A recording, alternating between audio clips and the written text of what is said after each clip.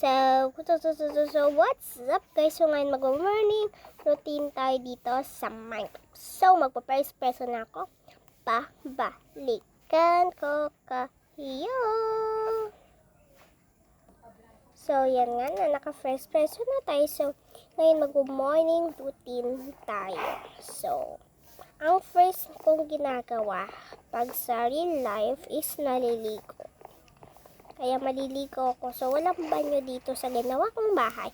Kaya dito na lang sa swimming pool. So, kung di nyo pa napapanood yung tutorial paano mag-swimming, panoodin nyo na yan guys. So, panoodin nyo na yun para marunong na din kayo mag-swimming sa Minecraft. So, pagkatapos ko maligo, kumakain ako. So, yan. So, ang gusto ko is pork chop. So, babalikan ko kayo pag naluto na to guys. Saan na ba yan?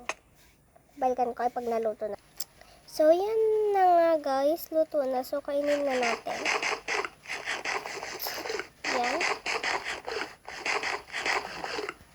So, yun. So, pagkatapos ko naman daw kumakain, nagpapahinga ako. So, pagkatapos ko nagpapahinga, naglalaro ko ng Minecraft. So, babalikan ko lang kayo paggabi na.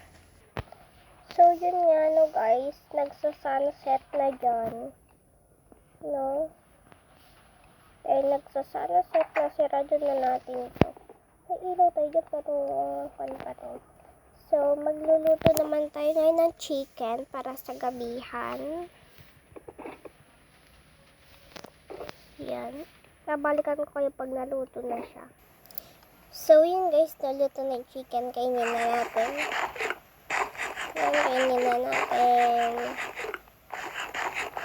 Dahil na kain na natin, matutulog na tayo. Siyempre. So, pagkalabas ko talagang makain, natutulog na ako agad.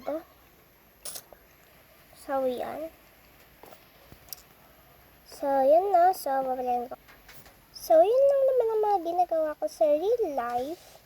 Kasi, pag naglalaro ko ng Minecraft, wala naman tayo malalaro dito ng Minecraft, diba? So, yan lang sa ngayon, guys.